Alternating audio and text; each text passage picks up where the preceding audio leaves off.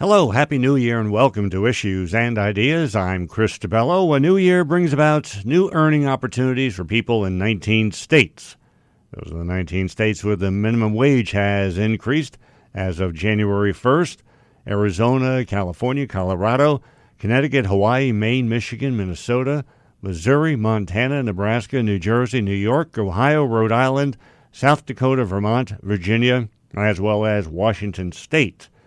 Now, we don't have time to review the specifics for all 19, but since we're here in New Jersey, let's go with New Jersey's new minimum wage numbers. Again, this all started as of January 1st. Regular workers at companies with 6 or more employees, minimum wage now is up by 43 cents, brings it to $15.92. Seasonal small business workers, that's less than 6 employees, minimum wage is up by 70 cents to $15.23 an hour. Hourly farm workers, minimum wage is now $14.20 in New Jersey per hour. That's up from $13.40. Long-term care, direct care staff, that's up 43 cents to $18.92. Tipped employees, cash wage, that is now $6.05 per hour. That's up from $5.62. Tips still have to get them to at least the full minimum, or the employer has to make up the difference. As far as New Jersey goes, it's a good thing you're going to get a little more extra money in the paycheck because the gas tax also went up on January 1st. The combined per gallon tax on gasoline in New Jersey is up by 4.2 cents. So that puts the total tax from 44.9 cents a gallon to now 49.1 cents per gallon. Diesel fuel, that goes up by the same amount. This comes from a formula tied to the Transportation Trust Fund that pays for statewide road and bridge projects. The law calls on New Jersey to hit a specific revenue target each year. If drivers buy less gas or if revenue falls below the benchmark, then the tax rate automatically adjusts upward the following year. This year's uptick is driven by lower than expected fuel consumption and the need to keep long-term infrastructure projects funded. The occasional sinkhole, things like that. Wonder if any politician in Trenton will have the nerve to say, if you complain about the gas tax, well, it's your fault. You didn't buy enough gas. Now, this might not sound a lot, 4.2 cent jump. Might sound really literally pennies. But let's do a little addition here. A typical driver filling a 14-gallon tank, they'll pay about 59 cents more every time they tank up. Now, if you commute 5 days a week, that could be a few extra dollars a month, adding to whatever your routine transportation costs actually are. Which, speaking of, another increase that came about on January 1st, tolls going up in New Jersey. New Jersey Turnpike, Garden State Parkway, up by 3%. The Delaware River Joint Toll Bridge Commission bridges, New Jersey to Pennsylvania, $2 with Easy Pass, $5 without. And Port Authority bridges and tunnels, George Washington Bridge, Lincoln Tunnel, Holland Tunnel, another 25-cent hike on that is headed this way as well. So thinking back, that if you're a minimum wage earner and you're getting this increase in what you're earning, the line would be normally don't spend it all in one place. But with the information I just gave you, I'm pretty sure you know where you're going to wind up spending it. We are into a new year. It's a time of examination, maybe even re-examination of the path your life is on. This brings about decisions that some call resolutions, others call goals. Either way, if they can actually be achieved depends on the plan as well as the path. One of the most common goals is, money, become rich. Sounds great, but, we've seen people become rich by winning a lottery only to become quickly broke. Our first guest today, with his new book, offers insight into how and, more importantly, why building wealth is a much long-term benefit with a more solid foundation. His book is Rich is Good, Wealthy is Better, along with being a best-selling author and in-demand speaker. He hosts the Wealthy Ways show on Sirius XM Channel 141, along with the Wealthy Ways podcast. Dr. Willie Jolley. How are you, Doctor?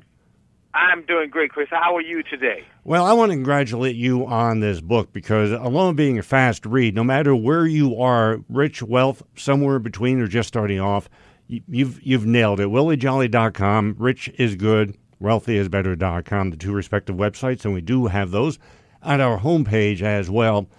You obviously saw the difference between rich and wealthiness. What tipped you off? When did you say, that's it?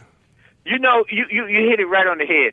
I've been on Sirius XM with the Willie Jolley Wealthy Way show for 20 years, and I was interviewing the likes of David Rubenstein and Bill Marriott and Damon John and the co-founder of Netflix and these billionaires one after another.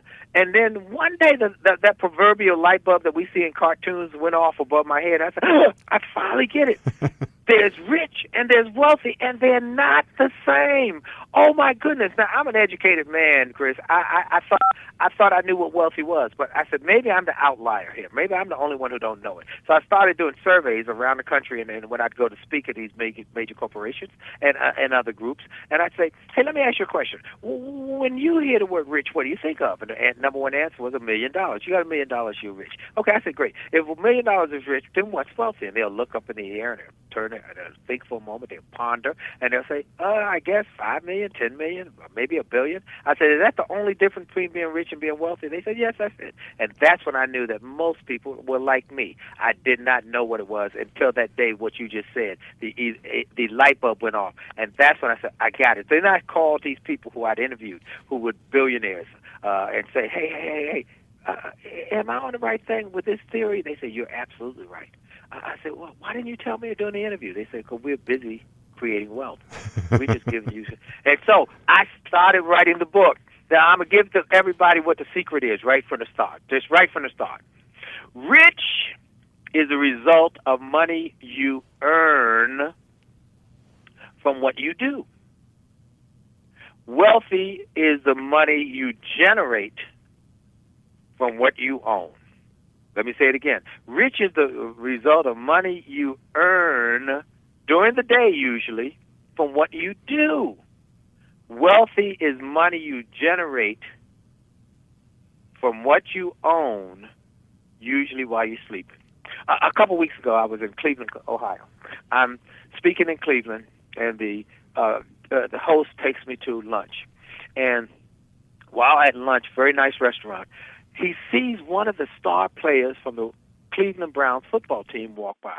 And he has an entourage of people around him and so forth. He said, hey, come on over. I want you to meet Dr. Jolley. And so he comes over to the table with his group. He has a fur coat on and then jewelry around his neck, and he's looking very prosperous. And he says, this is Dr. Jolley. He teaches people how to be wealthy. And the young man says, well, I'm already wealthy, but I guess I could learn more. And I gave him a card. He left. Mm-hmm. And then I said to the gentleman who had brought me to the restaurant, I said, see, that young man, he's rich. He thinks he's wealthy, but he's rich. The owner is wealthy. That young man earned his money from running up and down that field, catching balls, running with the ball. And he's good at it. He'll get a contract, and he can get millions of dollars, and he gets rich. But if he ever stops being productive or he gets hurt, then they're going to replace him with another young man who's going to get a contract. But the owner sat in his box the whole game. He didn't run up and down the field. He didn't sweat, but he made the majority of the income today. And the jerseys that are sold for $100 a pop with the young man's name and the last name across the back, that young man, when that jersey is sold, did not get a penny of that money. Yeah. The owner got it all. Well, which is good. Well, but wealthy is better. You use a couple of terms in the book I want to address. One of those, in light of what you just said, you call it mailbox money.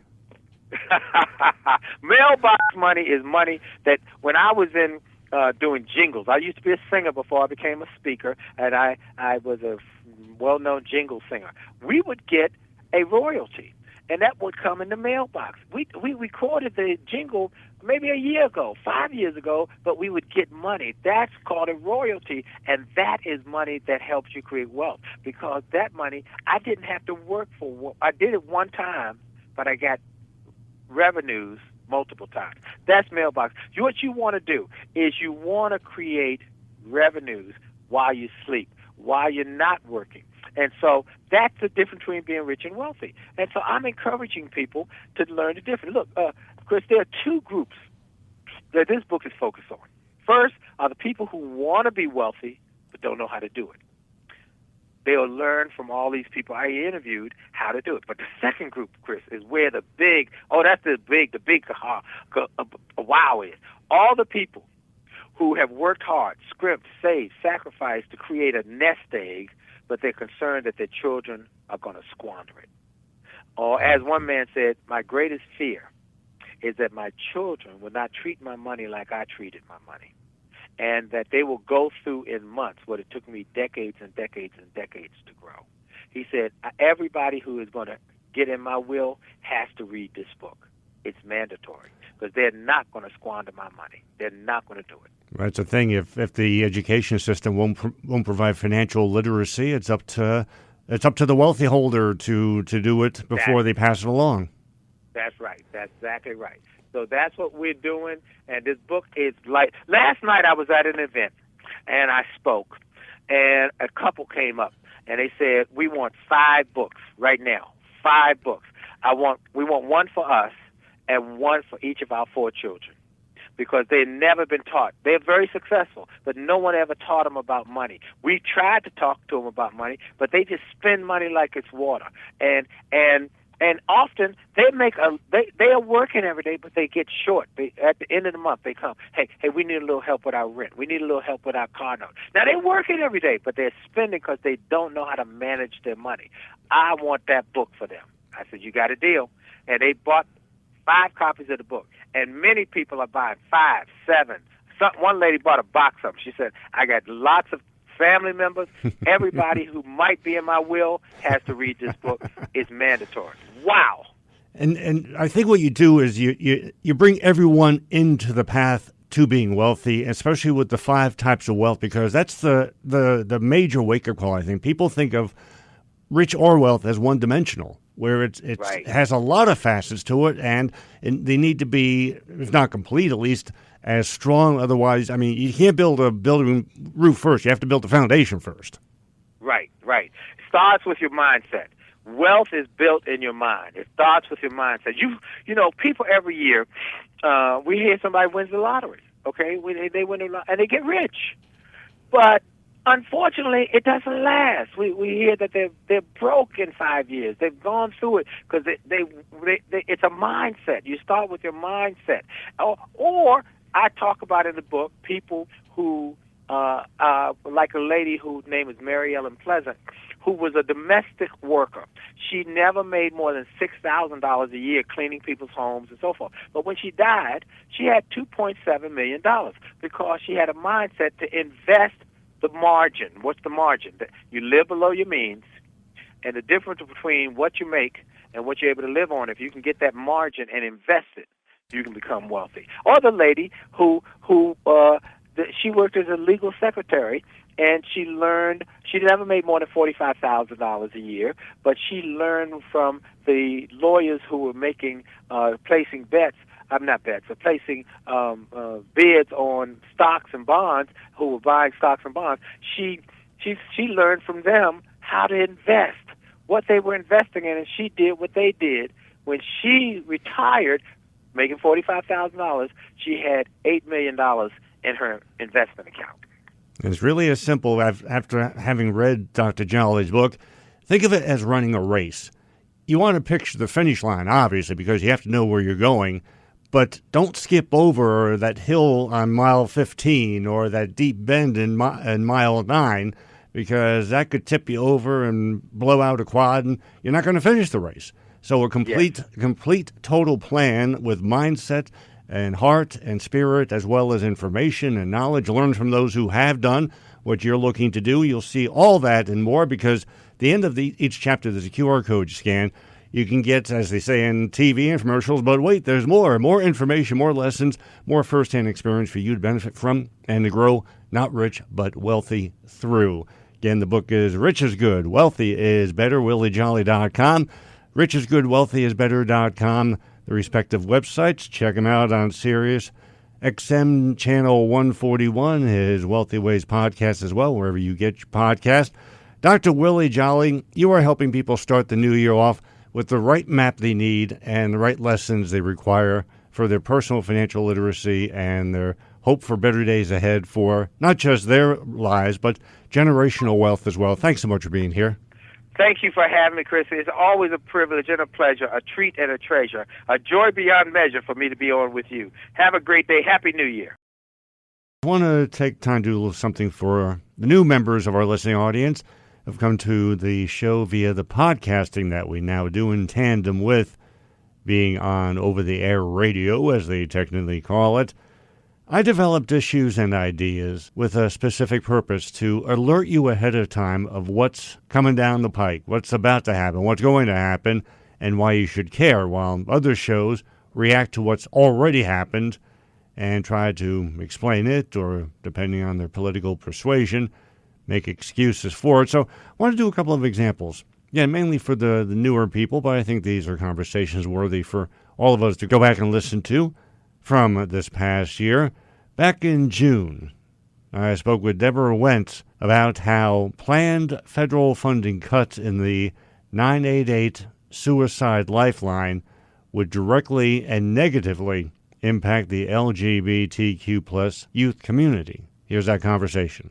If you take a look at the federal spending bill that's currently in the hands of the U.S. Senate after passing the House by one vote, may I remind you, you quickly realize it's certainly big, isn't it? That's because it has a lot of stuff in it. Some of that stuff includes proposed funding and spending cuts. Oh, I mean, you've heard of some already. Cuts to Medicaid, SNAP, education, medical research. Our first guest today joins us to reveal a proposed spending cut that a lot of experts believe would cost lives. That would be the Specialized Suicide Prevention Services for LGBTQ plus youths that's currently a part of the 988 Suicide and Crisis Lifeline. She is the CEO of the New Jersey Association of Mental Health and Addiction Agencies. Debra Wentz, thanks for being here today, Debra. Thank you so much, Chris, for having me. And to learn more about the New Jersey Association of Mental Health and Addiction Agencies, njamhaa.org. And that spelling bee, we have that link over at our website as well for you to reference and make use of, more importantly. Just as some background, Debra, because a lot of people think these 3-digit services or one-size-fits-all. Probably from what I said in the introduction, a lot of people are surprised that there's a special focus on through the 988 Suicide Crisis Lifeline for the LGBTQ community. How important, how valuable has this service been for that community? Well, first of all, I'd like to give you a little bit background on 988. 988 is a 3-digit crisis hotline, just like we have 911 for an emergency. 988 is for, mental health and behavioral health crises. And so often those who answer the general 911 calls, like, through a police station, are not educated about psychiatric crises or people who need mental health help. So it takes longer to link the person with the actual line. And the 988 Lifeline provides confidential, judgment-free care 24/7. It's through phone, text, chat, and specific access for individuals who are deaf and hard of hearing, all at no cost to individuals. And the reason why it offers specific help for LGBTQ plus youths, that while anyone in a mental health crisis can call or text 988 and be connected to a trained counselor, this line has specially trained counselors, often with similar life experiences for high-risk groups like veterans, and today we're talking about LGBTQ.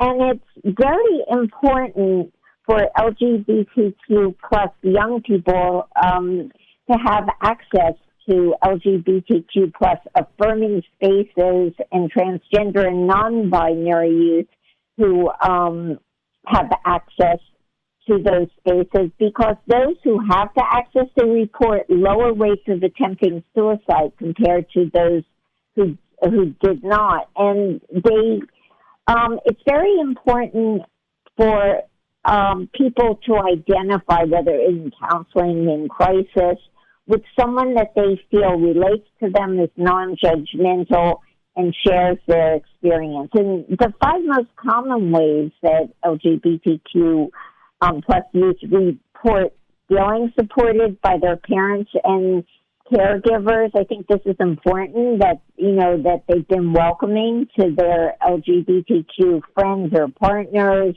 They talk to them respectfully about their LGBTQ identity. They use their names and pronouns correctly. They support their gender expression, and they educate themselves about LGBTQ people and issues. And so it's very, very important for this population because if this line were to be defunded, as has been proposed, the 988 LGBTQ plus line, literally more would possibly die or deteriorate without access to services in time or at all. And people would be reluctant to call. They're already doubly stigmatized with mental health problems, and this population's at significantly greater risk of mental health challenges and suicidal thoughts and behaviors. In fact, the LGBTQ plus teens are 6 more times likely to experience symptoms of depression than non-LGBTQ plus identifying teens. They're more than twice as likely to feel suicidal and over 4 times as likely to attempt suicide compared to heterosexual youth. And approximately 8% of LGBTQ plus individuals and nearly 27% of transgender individuals report being denied needed health care services outright. Now, if this line were eliminated, I would think call centers could still hire LGBTQ staff who could take the calls. So without this specialized line and access immediately to specialized services, it would be more difficult. And once it becomes known publicly that this specialized line is gone, I would expect that fewer youth would bother calling with the outcomes that I just mentioned. And so there's been the Trevor Project, which does U.S. national surveys on the mental health of LGBTQ plus young people. They demonstrate that there's been a slight decrease in suicide risk from 2021 through 2023, but in the last year, more than 1 in 10 or 12% LGBTQ plus young people, including 4% of transgender and non-binary young people and 7% of cisgender young people, considered committing, considered suicide. And related risks of suicide, they're not able to receive the mental health care when they're experiencing symptoms of anxiety and depression. And they could be resulting from being physically threatened or harmed. We know that often these individuals are bullied. And again, it is important for crisis support to be identity affirming. Otherwise, people just might not call. We have a time with Debra Wentz, who is the CEO of the New Jersey Association of Mental Health and Addiction Agencies, NJAMHAA.org. We have a link at our homepage as well. Is their website, listening to issues and ideas. And you mentioned the Trevor Project. I know that 100 members, Democratic members of Congress, have written to raise attention about this proposed cut to the funding for this aspect of the 988 Suicide Crisis Lifeline. Do you think it's also being appreciated, Deborah, that, and you referenced too how if the lifeline, if this program goes away, fewer LGBTQ plus youth are going to call the number that's already started, as you said. Is that going to put a heavier strain on the agencies that your organization represents? Much like we've seen with the food pantries with school meals programs. If those get cut or summer meal programs get cut, then the food pantries get a higher demand on them. Yes. Well, because people might not get to our organizations and the life-saving services that they provide quickly enough. When people are supported, they lead normal lives, have accomplishments in education, professions. They contribute to their families and communities.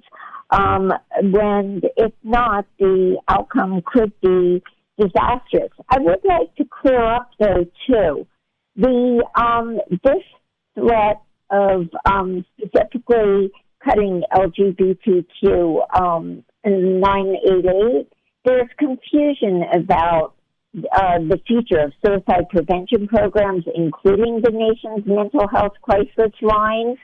So this was in the skinny budget that Trump's plans were to propose spending actually $520 million on the 988 system, which is the same amount as the current year. However, when you look through the official budget documents so far, what we see are cuts of $1 billion to the Substance Abuse and Mental Health Services Organization, which is the lead agency on all things related to mental health. The proposal specifically says that that comes from eliminating inefficient funding for SAMHSA's programs of regional and national significance. And so this bucket of spending includes a variety of grant programs, children's mental health, homelessness prevention. The budget documents show some of the programs, including 988 grants, they're the ones that save money. So right now, it's not, this was from a leaked budget document, and the actual skinny budget that came out didn't specifically mention it, but it proposed these specific cuts. But we know that there's been movement to defund anything that has to do with, LGBTQ and transgender. So we're very concerned, and our goal is to support those who are LGBTQ plus, to get them services and to make it as easy as possible. So I certainly hope that the 100 congressional members who wrote protesting this will be heard, and that this will not be the final outcome. And we continue, the New Jersey Association of Mental Health and Addiction Agencies, or NJAMA, and its members continue to be at the ready to help all, and with special emphasis on this population. And for you listening, as Debra said, the voices of those 100 members, Democratic members of Congress, certainly are valuable, but that doesn't decrease the value of your voice as well. You can agree or disagree with someone's choice of a lifestyle, but you have to agree, if you're a human being, that troubled people have the right to get the help that they need, no matter if you agree or disagree with them. And this is one of the services that you probably did not know about until this conversation, that the 988 Suicide and Crisis Lifeline does provide. Learn more about the New Jersey Association of Mental Health and Addiction Agencies at njamhaa.org. She is their CEO, Debra Wentz. Debra, thank you for raising awareness about this proposal now, but if track records play out the way they have been with this administration, well, a proposal like this comes to life way too much frequency, and hopefully voice of those 100 in Congress and the people listening can make that not happen. Thanks for being here today. Thank you very much for having me, and we will continue the fight to overcome such any kind of obstacles for people getting care, and specifically the LGBTQ plus community. Thank you so much for having me today, Chris. The new year is affecting a lot of people in a lot of painful ways. The Affordable Care Act, financial assistance with that program, that ended.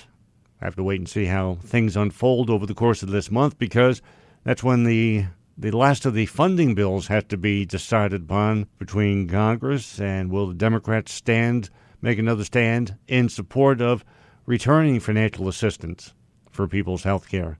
But first things first, the immediate change are the new SNAP requirements, which are also now in effect, the work requirements in particular.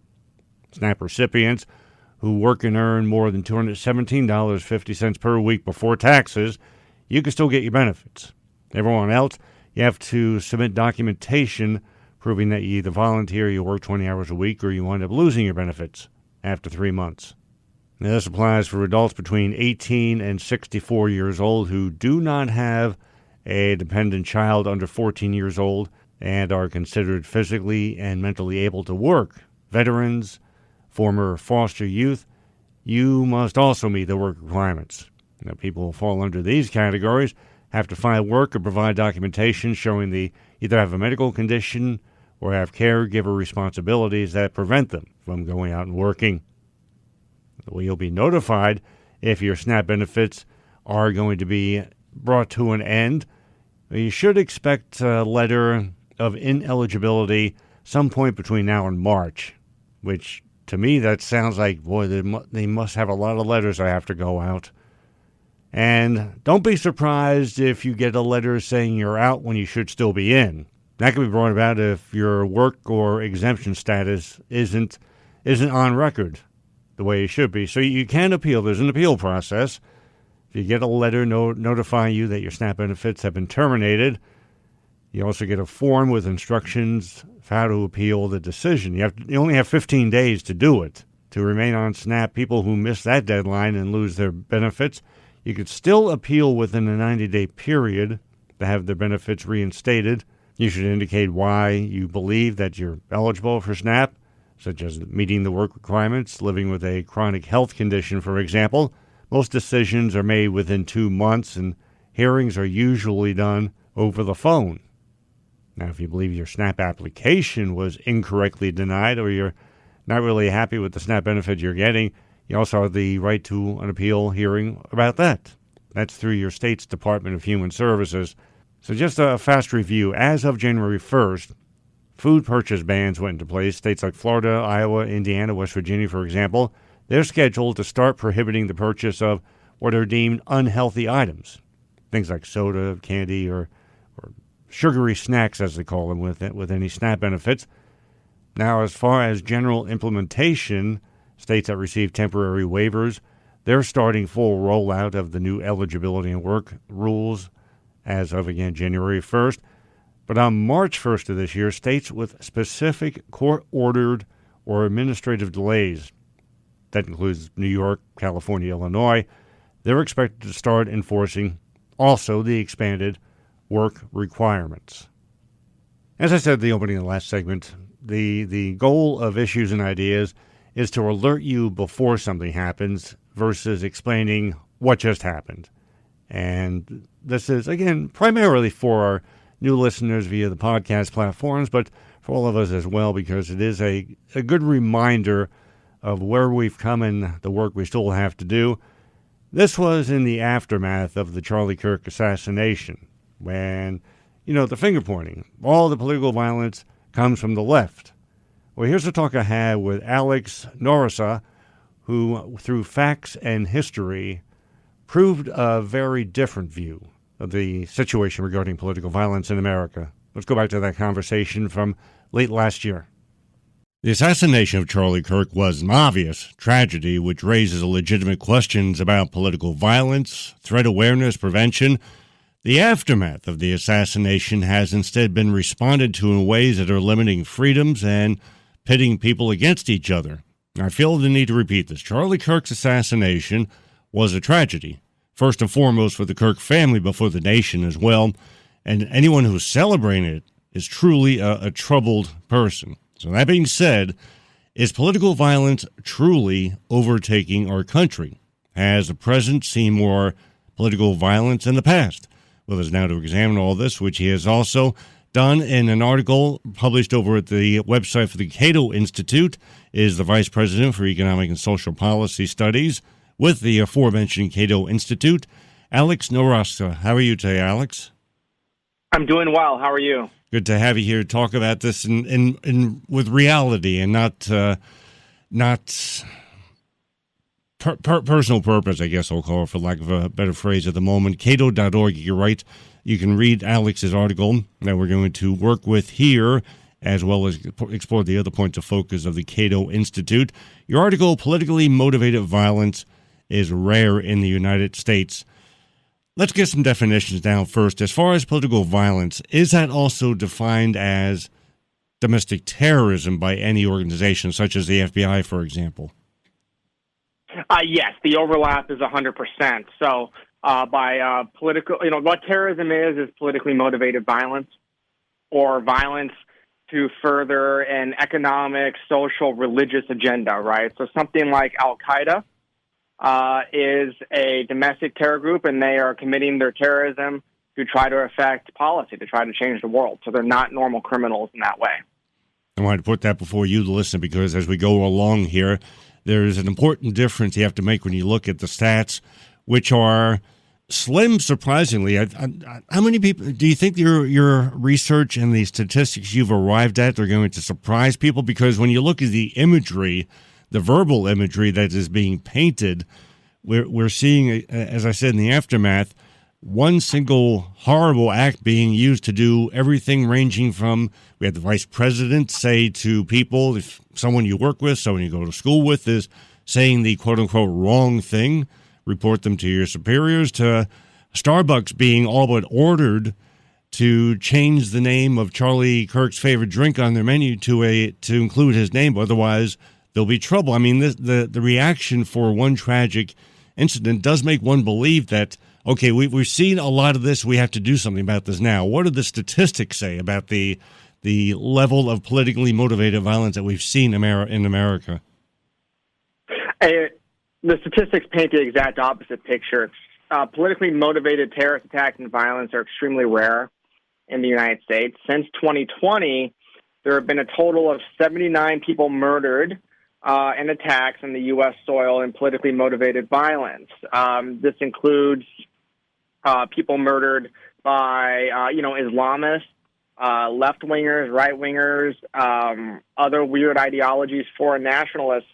So it's a really small group of people, 79 people over 5 years. It's something like 0.07% of all the homicides during that time. So just to repeat that, it accounts for 0.07% of all the homicides. And every one of those homicides is a tragedy, of course. Murder is always a tragedy when it happens. It's always terrible.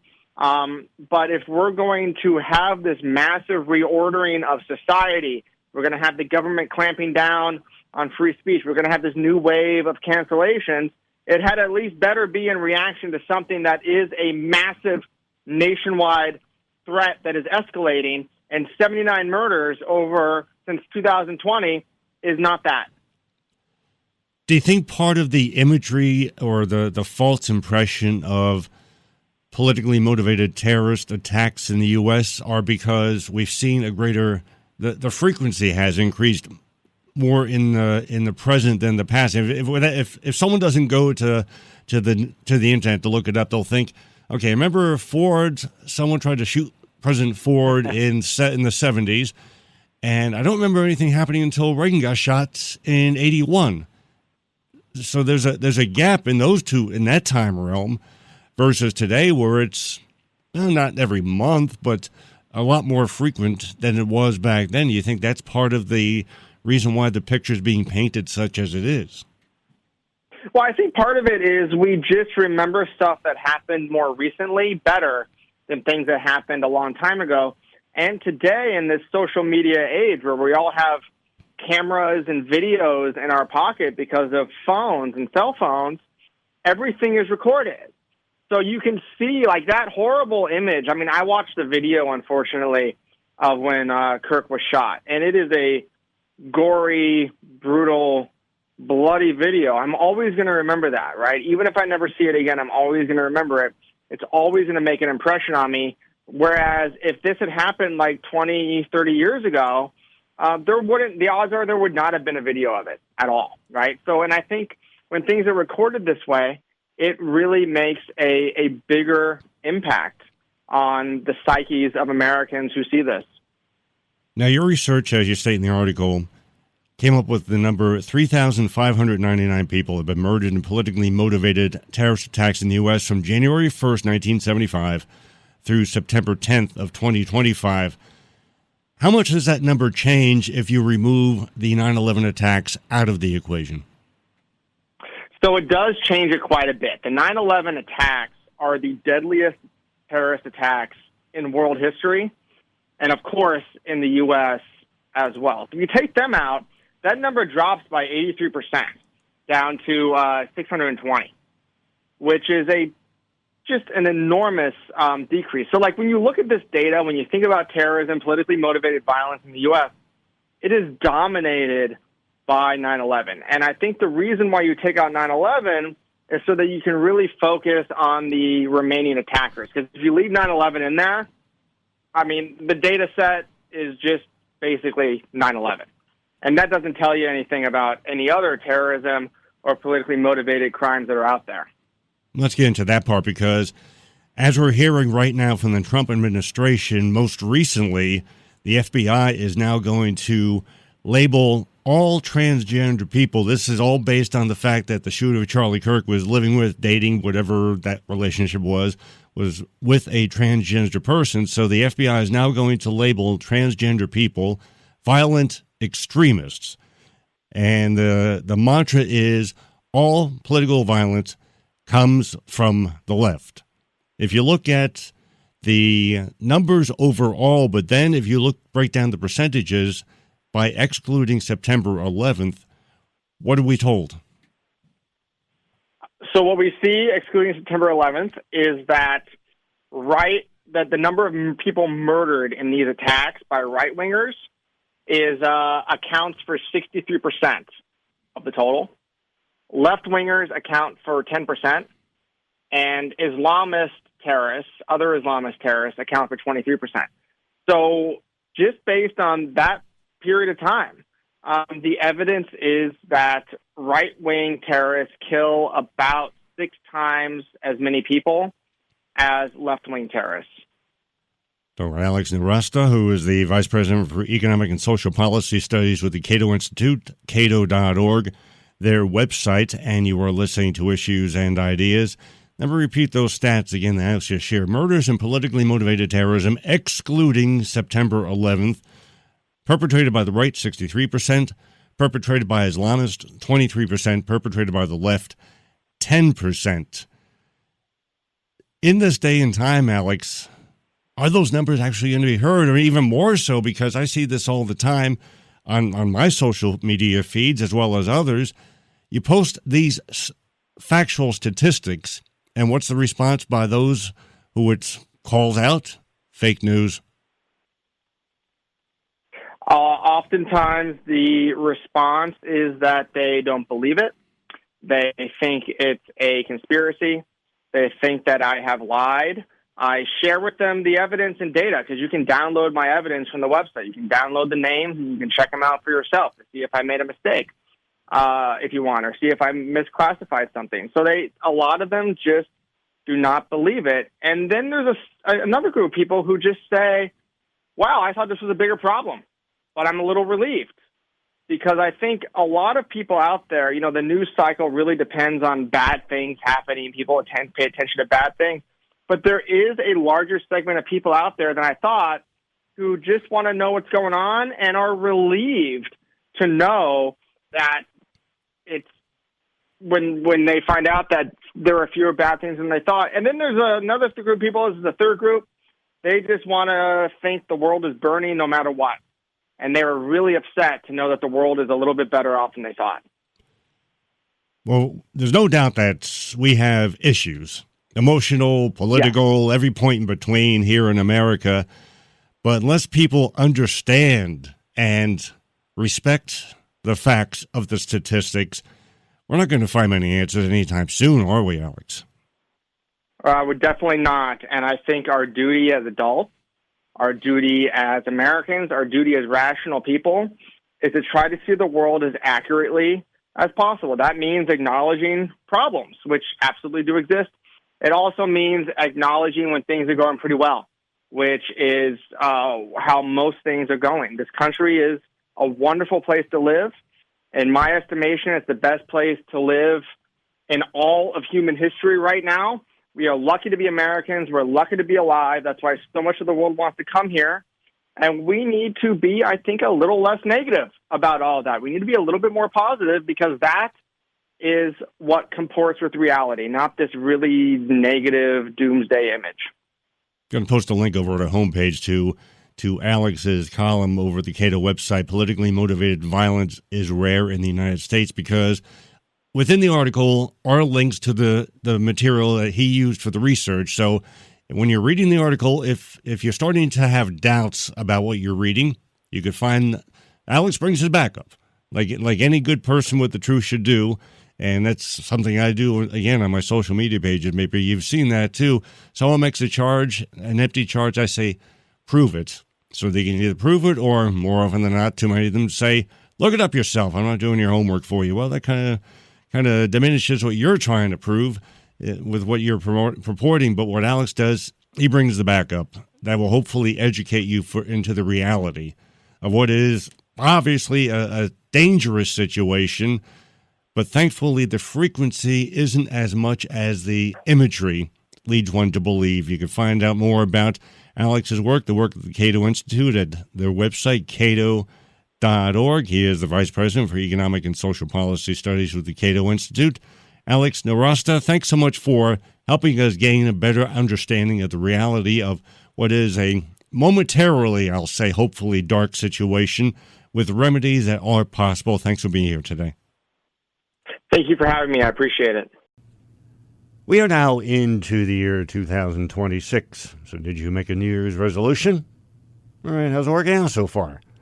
Well, I ask this because according to a poll by YouGov, the most common New Year's resolution is to exercise. That was followed by losing weight, improve mental health, learn something new, spend more time with family, read more, and pray more.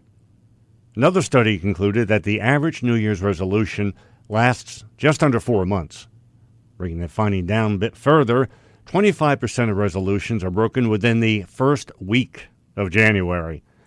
In fact, you might not know this, January 9th is actually called Quitter's Day because of the large number of New Year's resolutions that get kicked to the curb just on that one day. That's a big number because while 45% of Americans make New Year's resolutions, only 8% actually achieve them. Why that high rate of failure? Maybe those in that YouGov survey are referenced have stumbled onto the solution. Pray more. The path to success with your New Year's resolution is found in God's Word. Now, it might sound easy to go alone saying that your resolution is to be a better person, but what exactly does that mean? As we know, God works in specifics. He knows what you need, what you want, and provides you with the exact instructions on how to be blessed by Him and have what you need come into your life. This is why Jesus speaks these words in John chapter 6, verse 47. Most assuredly I say to you, he who believes in me has everlasting life. A New Year's resolution shouldn't be treated as being something for us. It should be thought of as doing our duty for God. I mean, it was He who blessed us with life, the body or spirit exists in. Let's turn to 1 Corinthians chapter 6, verses 19 and 20. Or do you not know that your body is the temple of the Holy Spirit who is in you, whom you have from God, and you are not your own? For you were bought at a price, therefore glorify God in your body and in your spirit, which are God's. So, with that established, let's look at some of the common New Year's resolutions and learn what guidance the Bible offers us. A resolution to exercise more or start exercising, let's be honest here, was the top New Year's resolution. Guidance for that comes to us from 1 Corinthians chapter 9, verses 24 through 27. Do you not know that those who run in a race all run, but one receives the prize? Run in such a way that you may obtain it. And everyone who competes for the prize is temperate in all things. Now they do it to obtain a perishable crown, but we for an imperishable crown. Therefore, I run this not with uncertainty. Thus I fight not as one who beats the air, but I discipline my body and bring it into subjection, lest when I have preached to others, I myself should become disqualified. If your resolution is to lose weight, did you know that 2 extremely healthy diet plans come from God? First is in Genesis chapter 1, verse 29. And God said, See, I have given you every herb that yields seed, which is on the face of all the earth, and every tree whose fruit yields seed to you, it shall be for food. The second, and even more detailed diet plan is found in the 14th chapter of Deuteronomy in the Old Testament, as well as the 11th chapter of Leviticus. You can spend time with those two chapters, but here are just a couple of examples from Deuteronomy. This is what God instructs in verse 4 and 5 of Deuteronomy chapter 14. These are the animals which you may eat, the ox, the sheep, the goat, the deer, the gazelle, the roe deer, the wild goat, the mountain goat, the antelope, and the mountain sheep. God adds to that in verse 9, These you may eat all that are in the waters, you may eat all that have fins and scales. Learning something new, that's another popular resolution. That learning opportunity always exists in God's Word and will result in building you up by building up God in you, as we read in 2 Timothy chapter 3, verses 16 and 17. All Scripture is given by inspiration of God and is profitable for doctrine, for reproof, for correction, for instruction in righteousness, that the man of God may be complete, thoroughly equipped for every good work. Paul also tells us this in Romans chapter 12, verse 2, And do not be conformed to this world, but be transformed by the renewing of your mind, that you may prove what is that good and acceptable and perfect will of God. Let's see, spending more time with family, that was among the top New Year's resolutions. The Bible has guidance regarding that for different generations. When you think about it, let's first look at 1 Timothy chapter 5, verse 8. But if anyone does not provide for his own, and especially for those of his household, he has denied the faith and is worse than an unbeliever. Moving to the younger generation, here is what's revealed in Colossians chapter 3, verse 20. Children, obey your parents in all things, for this is well-pleasing to the Lord. Then, of course, there's money. Talked about this earlier with Dr. Willie Jolley. Maybe you've finally given up praying for that winning Powerball ticket. You're now getting serious about your earning and saving. Well, it's good and necessary to have money so you can support yourself, support your family, your church, and any causes that you care about. Proverbs chapter 13, verse 11 tells us this, Wealth gained by dishonesty will be diminished, but he who gathers by labor will increase. There's also a significant difference between possessing money and loving money. The latter comes with consequences that we're told about in 1 Timothy chapter 6, verse 10. For the love of money is a root of all kinds of evil, for which some have strayed from the faith in their greediness and pierced themselves through with many sorrows. Some words of Jesus that gives us the guidance that we need. Here's what he teaches in Matthew chapter 6, verses 19 through 21. Do not lay up for yourself treasures on earth where moth and rust destroy, and where thieves break in and steal, but lay up for yourselves treasures in heaven where neither moth nor rust destroys, and where thieves do not break in and steal. These are just a few of the examples of guidance and direction you can find in the Bible so your New Year's resolution will survive the year. Bible apps really make all this a lot easier, too. You do a search using a word or phrase that best apply to your resolution, and you'll be blessed by God's strength, His wisdom, and His love. Now, will there be times of challenge, times to endure, moments to overcome as you go through 2026? Yep. But remember one very important truth. Wherever 2026 takes you, God is already there. Don't forget to check out our website, issuesandideasradio.com. That's where we have more information about the guests who were here on the show with us today. features all throughout just the homepage alone, but as you go further in with the audio archive, the links, downloads page, you can find a lot more education, entertainment, fun stuff, stuff to share, stuff to fill your social media pages with. You'll find it all at issuesandideasradio.com. Always grateful, thankful for your time and attention, and I'm wishing you a very happy 2026. Be with you this time next week for our next edition of Issues and Ideas.